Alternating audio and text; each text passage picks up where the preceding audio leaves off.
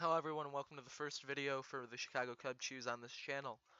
In this one, I will have the replay between the Chicago Cubchoos, Blaster Dark 9000, and the Fightin Qwilfish, Van Keith. This battle was amazing, and I'm going to break down everything I was thinking when I made my plays.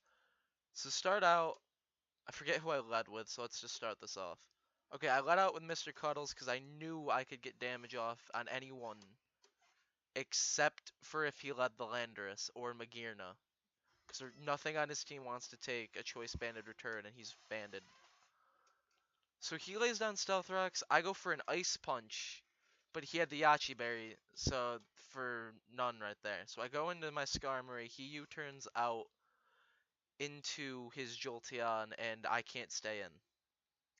So I switch out to Palossand to take a Volt Switch, and he goes for Hidden Power. I want to say that was Hidden HP Ice. So he goes out to his Weavile. I Earth Powered, revealing I had that. I made such a bad play here. I expected a Pursuit trap, so I didn't want to switch. So I was kind of just in a really bad position there, so I kind of let Palossand go off. He ends up going for Knockoff, which I could have brought in Dragonite if I was smart, because he had a Z Crystal on him, and I never end up using a Z move in this battle, which was frustrating. So I lose Palossand there and really get nothing out of it, except Mr. Cuddles can come back in and kill Landorus with return right here, as he does. So he goes out to his Starmie. I cannot stay in against the Skarmory, so I go out, or against the Starmie, I go out to my Skarmory. He uses Psyshock, it does barely anything, I'm physically defensive. So he goes out to his Jolteon, allowing me to defog those Stealth Rocks, get them out of the way. And I go back out to Mr. Cuddles. He Volt Switches, predicting that. I believe he goes back out, yeah, he goes out to his Arcanine, because I'm fluffy, meaning I have double weakness to fire. So I switching the Dragonite, and that was just a rough play. He Will-O-Wisped, and I was caught off guard. I immediately D-Dance to try and get some of that attack stat back. He HP Ices, drops Dragonite really low, but I can kill the Jolteon, and that's one threat out of the way. He goes out to his Arcanine, and his Arcanine can just extreme speed and drop my Dragonite. That was a really bad move on my part.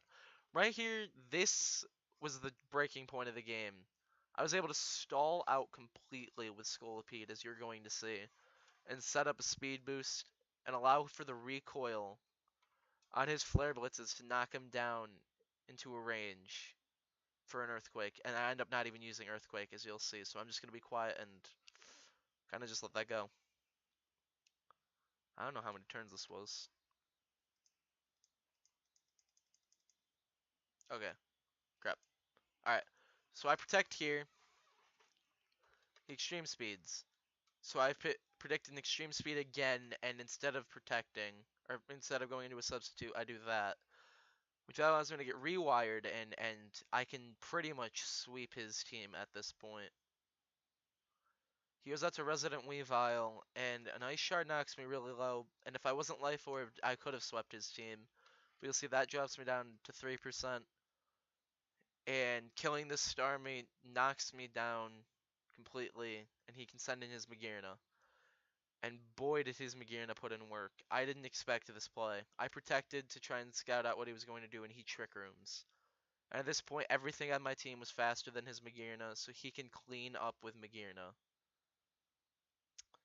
And there's the Thunderbolt. And up to this point, there's nothing that can take a Thunderbolt, and he wins. It's a good game, Van Keith, and I hope I can see you in the playoffs or something, because I really want to make up for my mistake in losing to you. Such a good game as we always have, man. This is Blaster Dark 9000, signing off. See ya.